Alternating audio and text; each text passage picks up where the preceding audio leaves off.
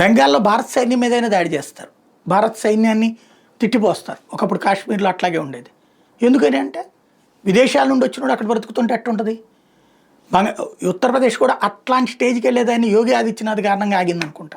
ఎందుకంటే నిన్నగాక మొన్న చూసాం 3000 తుపాకులు, పెద్ద ఎత్తున మందుగుండు, ఏకంగా ఫ్యాక్టరీ, భారతదేశం మీదనే యుద్ధానికి చేసేటటువంటి ఒక పెద్ద సైన్యాన్ని తయారు చేసేటటువంటి ఎత్తుగడ.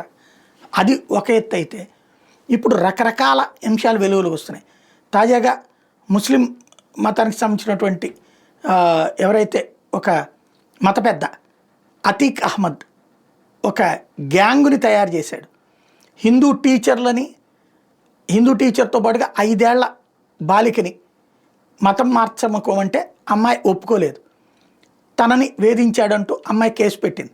అప్పుడు అతన్ని పట్టుకుంటే ఇప్పటికే అతను పెళ్లి చేసుకున్నాడట నలుగురిని, వాళ్ళందరినీ కూడా అట్లాగే బలవంత మత మార్పిడి చేశాడు. అంటే ముందు హిందూ మతంలో ఉన్న వాళ్ళని పెళ్లి చేసుకోవడం, తర్వాత మతం మార్చడం అన్నటువంటిది నడిచిందట.